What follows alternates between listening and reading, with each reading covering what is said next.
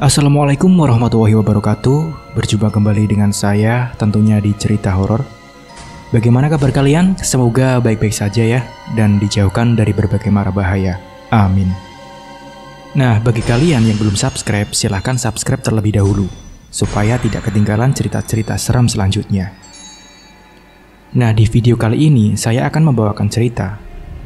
Sebelum mulai ceritanya, seperti biasa, di dalam cerita ini semua nama dan tempat disamarkan demi menjaga privasi.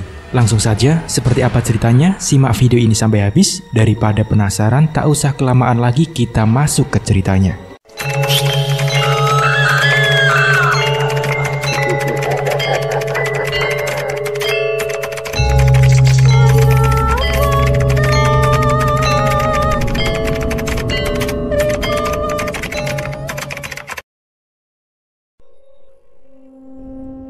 Gadis dengan kucir kuda berkacamata duduk tertunduk di lingkaran 5 gadis lainnya. Sesekali badannya didorong ke kiri, ke kanan, ke belakang. Satu orang gadis dengan rambut blonde meneriakinya, menuding dan berucap kasar. Namun, ia masih bergeming, tak melakukan perlawanan apapun. Hanya membetulkan kacamatanya yang sebentar-sebentar melorot, sebab guncangan kasar dari tangan-tangan 5 remaja jahil itu. Tak hanya sekali, bahkan hampir setiap hari, ia mendapatkan perundungan seperti itu. Sejak ia menginjakkan kaki di sekolah barunya. Alika namanya. Gadis polos dengan kelemahan minder luar biasa. Sebab ketidakpercayaan dirinya itu, kawan-kawannya menggunakan kesempatan untuk selalu membulinya. Padahal ia gadis yang cukup cerdas. Ia bisa saja balik mengerjai mereka dengan kepintaran yang dimiliki, namun mentalnya tak cukup kuat untuk melakukannya. Kalau kamu berani lagi membantah perintahku, hukumanmu bakalan lebih berat. Gadis blonde kembali berteriak. Kali ini tepat di wajah Alika yang masih menunduk. Alika hanya memejamkan matanya sembari sedikit memundurkan tubuhnya. Seorang gadis lain dengan namtek Agni menarik bahu si blonde. Sudahlah, Say. Ayo kita pulang. Alika bakal kapok jika tak lagi nurut sama kita. Marsha membuang napas kasar, memandang keempat kawannya. Dengan sekali anggukan, keempatnya melangkah pergi mengikuti Marsha. Ekor mata Alika hanya melirik kepergian 5 teman sekelasnya itu, memastikan jika mereka benar-benar telah pergi. Suara dentuman sepatu-sepatu itu perlahan menjauh hilang. Alika menghembuskan napas lega, menyandarkan tubuh pada bangku belakang. Sorot matanya sendu menatap tas di atas bangku. Keadaannya mengenaskan, robek, dan tersayat di mana-mana. Ulah geng Marsha yang marah sebab Alika tak mau mengerjakan tugas mereka.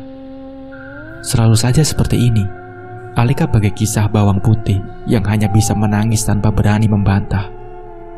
Bibirnya mulai melengkung ke bawah, matanya berkaca-kaca. Kedua tangannya kini berada di atas kepala, menjambak rambutnya sendiri. Ia pun mulai berteriak, melampiaskan segala amarah, membuang kasar tasnya yang sudah tak berbentuk, hingga isinya berhamburan ke lantai. Kini kedua tangannya menangkup dalam wajah, menyembunyikan tangisan dalam sesegukan. Isak tangisnya mulai terdengar patah-patah. Sekuat hati ia menahan, tetapi air matanya tak bisa lagi terbendung. Tumpah begitu saja, sebab hati yang tersakiti. Sebuah tangan menyentuh baunya. Ia terlonjak kaget dan membuka tangan cepat, menoleh ke pemilik sentuhan. Tangisnya terhenti begitu saja ketika menatap sesosok gadis asing berdiri di sampingnya. "Hai," ucapnya. Alika mulai menyusuri pandang, menatap perawakan sosok itu dari atas ke bawah. Gadis itu berseragam SMA seperti dirinya. Rambutnya panjang sepunggung dengan baju yang sedikit kebesaran. Mirip seragam yang dipakai ibunya dalam bingkai foto di kamar sang ibu. Gaya khas gadis pada masanya. Alika mulai melihat name tag di dada gadis itu. Seru nih, Nama itu yang tertera di sana. Hai juga. Terbata ia menjawab. Secepatnya mengusap buliran bening yang membasahi pipi, berusaha tersenyum. Boleh aku duduk? Pintanya lembut. Ia hanya mengangguk, membiarkan gadis itu menempatkan diri di sampingnya. Mata Alika tak beranjak sedikit pun dari sosok yang dirasa begitu misterius. Seruni terlihat seperti gadis 90-an. Dandanan rambutnya, gaya pakaiannya, bahkan nama dan wajahnya sungguh mirip dengan gambar-gambar yang ia lihat pada album foto milik ibunya. Apa kamu murid di sekolah ini juga? Pertanyaan itu muncul begitu saja pada bibir Alika. Ia terlihat semakin penasaran. Seruni pun mengangguk dengan mengulas senyum simpul. Aku tahu, kamu sedih karena perlakuan dari teman-temanmu kan? Aku bisa menolongmu kok. Tangan Seruni meraih jemari Alika, menggenggamnya lembut. Seketika Alika menariknya kaget, sebab usapan Seruni itu terlihat begitu dingin. Dadanya mulai kembang kempis. Ia melirik jam di dinding di atas papan tulis, pukul 14.00. Tergopoh ia berdiri, melangkah dan membereskan alat sekolahnya yang berjajaran. Maaf, aku harus pulang. Ibuku bakal marah kalau aku pulang terlambat. Ucap Alika sembari sibuk menatap buku dan mengamitnya di dada. Ia mengibaskan tas yang sudah tak layak dengan wajah kesal. Cukup sebut namaku 3 kali jika kamu ingin membalas mereka. Alika pun menoleh seketika, mendapati wajah datar Seruni yang menatap tajam dalam tas genggamannya. Tenggorokannya bergerak pelan menelan ludah. Melihat wajah pucat Seruni tanpa ekspresi, ia berdiri dan membetulkan gagang kacamatanya. Tak perlu. Aku sudah terbiasa dengan semua ini. Terima kasih. Terbucur gadis berkucir itu melangkah meninggalkan Seruni yang bergeming dengan tatapan kosong. Ia bergidik, mempercepat langkah keluar kelas, membuang tasnya dalam sampah depan kelas. Alika kembali menengok keadaan kelas melalui jendela kaca. Ia pun mengernyit. Tak ada lagi sosok Seruni di sana. Ia semakin celingukan. Namun, ia ternyata kaget melihat wajah seram Seruni tiba-tiba menempel pada kaca yang ia tatap sembari berteriak. Sebut namaku 3 kali. Alika tercekat, mulutnya menganga dan memundurkan tubuhnya cepat. Tunggang langgang, gadis itu berlari menjauh, mendekap erat semua peralatan sekolah dalam genggamannya. Napasnya memburu ketakutan, berharap secepatnya keluar dari gedung sekolah. Namun, tubuhnya jatuh tersenggang saat bertabrakan dengan seseorang di halaman depan sekolah. Buku-bukunya pun kembali berserakan. Dasar manusia culun, gak punya mata ya? Alika masih bersimpuh melihat sosok yang ditabraknya itu. Tias, salah satu geng Marsha. Ia mengibaskan bajunya yang tersiram minumannya sendiri. Kamu harus cuci bajuku sekarang juga. Kalau nggak bersih, kamu harus ganti yang baru. Gadis berkacamata itu masih terdiam tanpa menjawab apapun. Malah melongo. Dengar gak sih? Ayo ke toilet sekarang juga. Tias menarik lengan Alika kasar, membuat gadis itu secepatnya berdiri mengikuti. Sebentar Tias, buku-bukuku. Gak usah kebanyakan alasan. Cepat. Kasar ia menyeret tubuh lemah Alika, membawanya dalam toilet belakang sekolah. Tias menutup pintu dan mengunci, membuka kancing bajunya dan menyerahkannya pada Alika. Cepetan, ini. Bentaknya lagi. Iya. Alika pun menunduk dan mulai membasuh bagian baju yang tersiram jus alpukat pada wastafel. Mengusapkan sedikit sabun mandi untuk menghilangkan noda. Sedangkan Tias berdiri di depan kaca menyilangkan dada. Yang bersih, katanya sembari mendorong tubuh Alika. Ia terlihat semakin kesal dengan perlakuan Tias. Menatap geram wajah Tias pada kaca. Tanpa sengaja, mulutnya bergumam sendiri. Seruni, seruni, seruni. Ngomong apaan kamu? Nggak terima? Teriak Tias. Alika hanya diam, terus mengucek baju Tias, menundukkan wajah semakin dalam. Ketika dirasa telah bersih, ia memberikannya pada Tias, lantas pergi meninggalkannya tanpa berbicara sepatah kata pun. Ia seolah berharap, semoga Seruni benar-benar bisa membalaskan dendamnya. Suara ayam berkokok, tanda pagi menjelang. Alika membuka mata saat merasakan sorot cahaya matahari yang menembus kaca jendela. Ia mengulas senyum dan memeluk gulingnya erat. Gedoran kasar pada pintu tak membuatnya kesal seperti biasa. Omelan ibunya pun ia anggap angin lalu.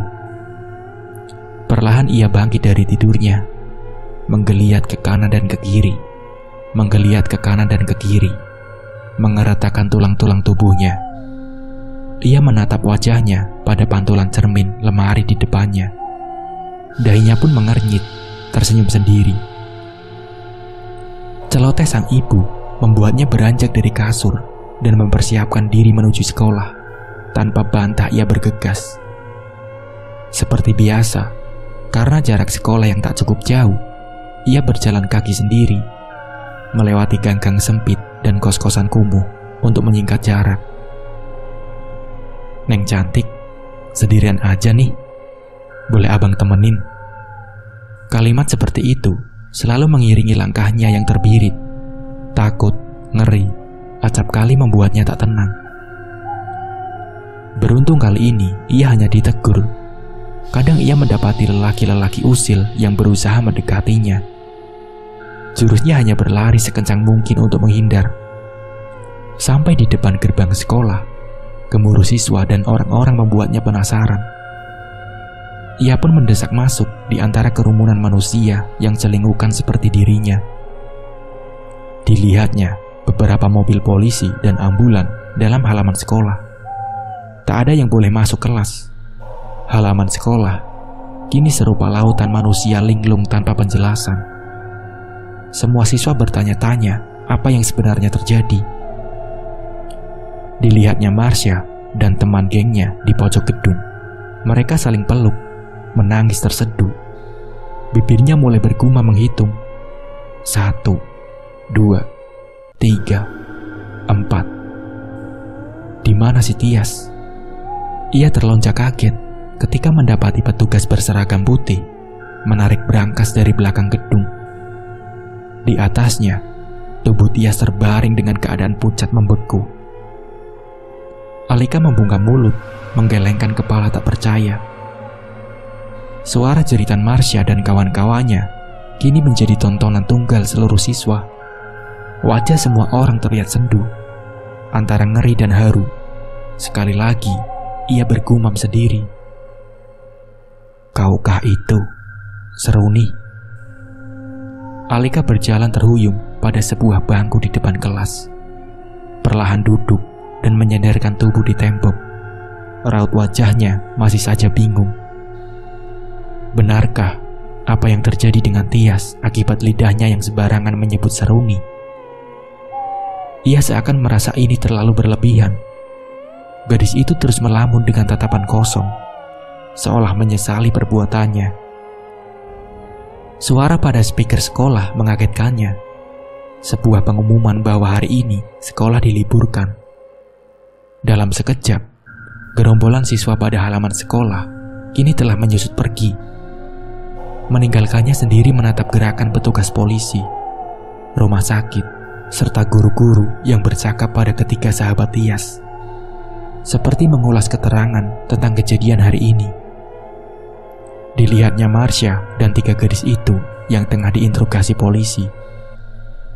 Gerakan tubuhnya kini semakin tak tenang, seolah takut jika ia akan dihujani pertanyaan seperti mereka. Ia mulai berdiri cepat, melangkah pergi berharap lari dari kenyataan. Namun, sebuah suara menghentikannya. Ia tercekat, tak berani memalingkan wajah. "Alika, kemari sebentar." Ia memejamkan mata mendengar suara Pak Haris, sang wali kelas. Perlahan, ia memutar badan, mendapati Pak Haris, ibu kantin, bersama 2 orang polisi di belakangnya. Iya Pak, ada apa?" Tangannya gelisah memilin-milin tali tasnya. "Benar sekali Pak, dia yang kulihat terakhir kali bersama Tias." Suara ibu kantin membuatnya melongo. "Mari ikut kami." Suara seorang polisi mengangguk menatapnya. Alika masih terdiam tak berkutik. Bukan saya Pak, saya hanya mencuci bajunya saja." Pak Haris mendekat padanya, menarik bahunya lembut dan membawanya menuju kantor. Setelah menjalani beberapa pertanyaan, Alika sudah boleh pulang. Ia pun lega ketika mendapatkan keterangan bahwa Tias meninggal karena penyakit asma yang dideritanya. Ia terkunci pada bilik toilet. Mungkin terlalu lama ia berteriak hingga asmanya kambuh tanpa ada yang menolongnya. Ketika keluar dari pintu kantor, wajah keempat sahabat Tias sudah menatapnya tajam. Alika menunduk dan melewati mereka begitu saja. Sosok Marsha seketika menghadang jalannya. Ia membelokkan badannya ke kiri. Kini Agni yang berdiri di depannya. Ia memutar tubuh ke belakang. 2 teman lainnya menyilangkan dada. "Apa yang kamu lakukan pada Tias?" Sorot tajam Marsha mengintimidasi, membuatnya gemeteran. Suara Pak Haris dalam kantor membuat keempatnya celingukan. Agni segera menyeret tangan Alika keluar gedung sekolah. Di depan gerbang, tangannya diempaskan kasar. Alika mengernyit mengusap-usap bekas cengkeraman Agni. "Dasar pembunuh!" Semprotan Marsha mengejutkan. Ia mulai didorong bergantian oleh Marsha dan geng segala arah. Kepalanya terlihat mulai pusing. Ia pun berteriak kencang. "Hentikan!" Jeritanya melengging keras, membuat Marsha menampar pipinya kasar. Prak! Alika bersungut-sungut menatap tajam Marsha. Bibirnya mulai merapal. "Seruni, seruni, seruni." Kamu ngomong apaan? Dasar gadis gak jelas." Wajah Marsha terlihat sedikit ngeri, memandang tatapan tajam Alika tanpa berkedip padanya. Pun dengan ketiga gadis lainnya, dahi mereka mengernyit sebab tak paham. "Ayo, kita pulang," ajaknya pada teman-temannya. Marsha mendahului melangkah pada jalanan. Seketika, sebuah truk dengan kecepatan tinggi menyambar tubuh Marsha. Ketiga wajah sahabat Marsha melongo tanpa bersuara. Pakaian mereka bertiga, juga Alika, terciprat darah segar Marsha. Agni menoleh pada Alika. "Apa yang sudah kamu lakukan, dasar penyihir?" Alika mendekat pada Agni, menengadahkan wajah yang penuh noda darah. "Apa kamu mau bernasib sama seperti kedua temanmu?" Agni dan kedua gadis itu menggeleng. Seketika, depan sekolah menjadi ramai. Teriakan histeris orang-orang menggema mengiringi kematian Marsha. Guru, polisi, juga petugas rumah sakit yang masih berada di sekolah segera mengevakuasi mayat Marsha. Tanpa ada yang tahu, Alika berjalan cepat meninggalkan TKP untuk pulang. Di tengah jalan sempit, ia kembali bertemu dengan para pria penggoda. "Apa yang terjadi denganmu, Neng? Sini, abang bantuin bersihin." Seorang pria penuh tato menarik lengannya. Tajam mata Alika menatap pria itu, lalu berucap, "Seruni, seruni, seruni." Pria yang lain keheranan melihat Alika. Sedang lelaki di depannya tertawa geli.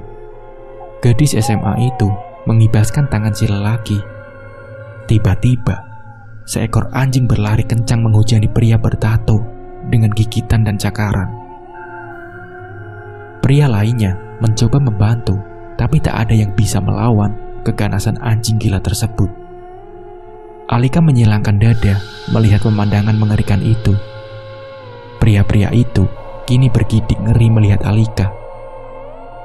Ia mulai berjalan pelan meninggalkan para pria yang sibuk menolong kawannya. Hingga ketika beberapa meter, ia mendengar suara salah satu pria. "Gun, jangan tinggalkan kami." Alika menyungging. Di depan teras rumah, ibu Alika yang sedang mengupas bawang memandang tubuh anaknya yang penuh bercak merah. Ia menggeleng dan berkacak pinggang. Duk, habis ngapain? Kamu ngebunuh orang?" Alika mengangguk. Ibunya mendelik tajam. "Gimana caranya kamu bunuh orang?" tanya sang ibu. Seruni. Jawabnya polos tanpa bersalah. Sang ibu pun keheranan. Alika pun berjalan masuk dengan gontai. Baru saja ia membuka sebelah sepatunya, ia terkaget mendengar suara terjatuh dan teriakan tertahan sang ibu. Alika membalikkan badan seketika. Ia membuka mulut menemukan ibunya jatuh terlungkup dengan pisau yang menancap pada dadanya. "Ibu!" Alika membalik tubuh kempal ibunya dan menangis jejeritan. Menarik pisau perlahan, semburan darah seketika mengucur deras. Ia semakin menangis menjerit, mendapati jantung sang ibu yang tak lagi berdetak. Matanya terbuka dengan mulut menganga. "Ini semua gara-gara kamu, Seruni. Lidah ini dan namamu adalah pembunuh." Ia terus terisak memangguk kepala ibunya, hingga matanya kini menatap pisau dalam genggamannya. Ia menjulurkan lidah, mengucapkan pisau dan menyabet kasar lidahnya sendiri. Kucuran darah kental menderas dari bibirnya. Beberapa tetangga mulai berdatangan dan saling teriak, mulai menolong Alika dan ibunya. Ia tak pernah tahu jika Seruni adalah gadis korban perundungan 20 tahun lalu yang bunuh diri di sekolahnya sebab tak kuat setiap hari mendapatkan bulian. Alika masih tetap hidup hingga kini, hanya saja tanpa lidah. Nah, seperti itulah ceritanya. Semoga dari cerita ini bisa diambil pembelajarannya. Mungkin cukup sekian dari saya. Wassalamualaikum warahmatullahi wabarakatuh.